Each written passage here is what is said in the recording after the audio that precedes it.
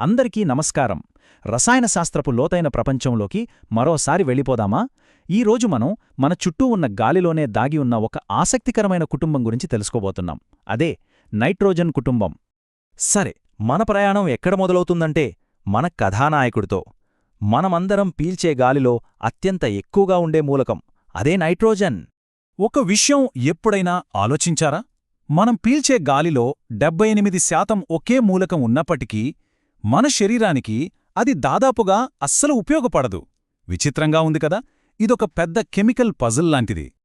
ఆశ్చర్యంగా ఉంది కదా? దాని సమాధానం నైట్రోజన్. రూమ్ టెంపరేచర్లో ఇది చాలా బింకంగా ఉంటుంది. అంటే ఎవ్వరితోనూ కలవదన్నమాట. ఇతర మూలకాలతో అంత సులభంగా రియాక్ట్ అవ్వడానికి ఇష్టపడదు. అందుకే గాలిలో ఇంత ఎక్కువగా ఉన్నా మనం దాన్ని నేరుగా వాడుకోలేం. అయితే నైట్రోజన్ ఒంటరేం కాదు, దానికూడా ఓ పెద్ద ఫ్యామిలీ ఉంది. రండి, పీరియాడిక్ టేబుల్లో గ్రూప్ 15లో ఉన్న దాని బంధువులను కలుద్దాం. ఈ అద్భుతమైన కుటుంబంలో ఎవరెవరున్నారంటే నైట్రోజన్, ఫాస్ఫరస్, ఆర్సెనిక్, యాంటీమనీ మరియు బిస్మత్.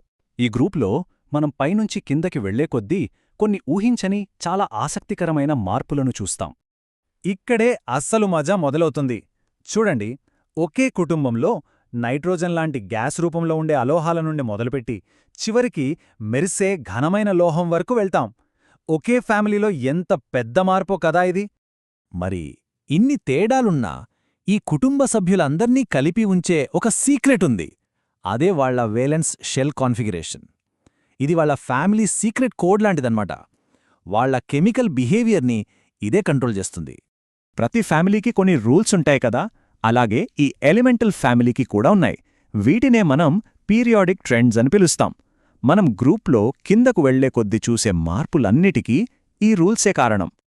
ఈ రూల్స్లో చాలా ముఖ్యమైంది అయనీకరణ ఎంథాల్పీ. సింపుల్గా చెప్పాలంటే ఒక మూలకం తన బయటి ఎలక్ట్రాన్ మీద ఎంత గట్టిపట్టు కలిగుంటుంది అని చెప్పే కొలత ఇది. మనం ఈ ఫ్యామిలీలో పైనుంచి కిందకి వెళ్తున్న కొద్దీ ఏం జరుగుతుందో గమనించండి. ఎలక్ట్రాన్ని పట్టుకోవడానికి కావలసిన శక్తి మెల్లమెల్లగా తగ్గుతూ వస్తోంది. చూడండి, నైట్రోజన్ తన ఎలక్ట్రాన్ను చాలా గట్టిగా పట్టుకుంటే చివర్లో ఉన్న బిస్మత్ పట్టు చాలా వీక్ అన్నమాట. ఈ చార్ట్ చూస్తే మొత్తం కథ ఒక్కచూపులా అర్థమైపోతుంది. నైట్రోజన్ నుంచి బిస్మిత్కి ఎంత క్లియర్గా, స్టడీగా తగ్గుతూ వస్తుందో చూడండి. కెమిస్ట్రీలో ప్యాటర్న్స్లో ఉండే అందం ఇదే. సరే, మళ్ళీ మన హీరో దగ్గరికొచ్చేద్దాం. నైట్రోజన్ అసలు తన ఫ్యామిలీలో మిగతా వాళ్లకన్నా ఇది ఎందుకంత స్పెషల్, ఎందుకంత విచిత్రంగా ప్రవర్తిస్తుంది? దీనికి 4 ముఖ్యమైన కారణాలున్నాయి. దాని చిన్న సైజ్, ఎక్కువ ఎలక్ట్రోనెగటివిటీ, ఎక్కువ అయనీకరణ ఎంథాల్పీ మరియు ముఖ్యంగా డి ఆర్బిటాల్స్ అందుబాటులో లేకపోవడం. ఇవన్నీ కూడా అది గ్రూప్లో టాప్లో ఉండటం వల్లే వచ్చాయి. ఈ ప్రత్యేకమైన క్వాలిటీస్ అన్నీ కలిసి నైట్రోజన్కు ఒక సూపర్ పవర్ ఇస్తాయి. అదేంటంటే తనలాంటి ఇంకో నైట్రోజన్తో చాలా చాలా బలమైన ట్రిపుల్ బాండ్ని ఏర్పరచుకోవడం. దీనివల్లే మనకు N2 మాలిక్యూల్ అంత స్థిరంగా ఉంటుంది. Wow, 941.4 kilojoules per mole. చాలా ఎక్కువ కదా? నైట్రోజన్ మాలిక్యూల్లో 2 యాటమ్స్ని కలిపి ఉంచే ఎనర్జీ ఇది. కెమిస్ట్రీలో ఇది one of the strongest bonds.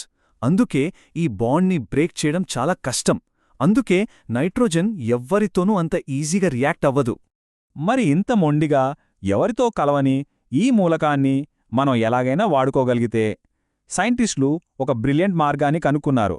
అది మన ప్రపంచాన్ని శాశ్వతంగా మార్చేసింది. అంత పవర్ఫుల్ బాండ్ని ఎలా బ్రేక్ చేస్తాం?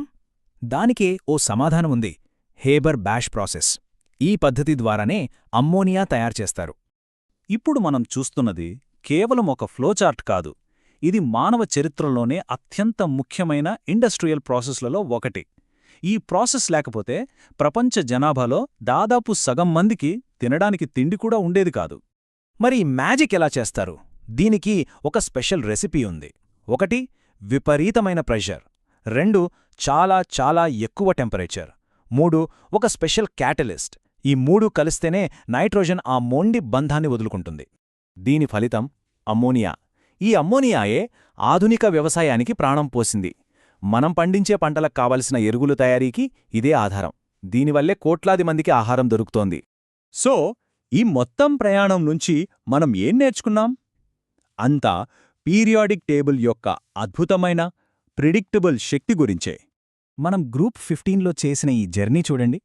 కనిపించని ఒక గ్యాస్ దగ్గర మొదలుపెట్టి చివరికి ఒక గట్టి లోహం దగ్గర ఆగాం. ఇదంతా కేవలం ఒకే ఒక్క విషయంపై ఆధారపడి ఉంది. అదే పీరియాడిక్ టేబుల్లో ఆ ఎలిమెంట్ అడ్రస్.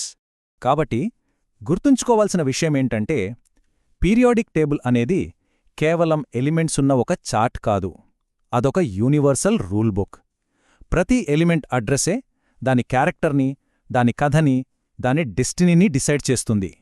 ఒక్కసారి ఆలోచించండి. కేవలం ఒకే ఒక ఎలిమెంటల్ ఫ్యామిలీ మన గాలిని నింపి ప్రపంచానికి అన్నం పెట్టగలిగితే మరి పీరియాడిక్ టేబుల్లో మిగిలిన ఎలిమెంట్స్లో ఇంకెన్ని అద్భుతమైన కథలు దాగి ఉన్నాయో కదా.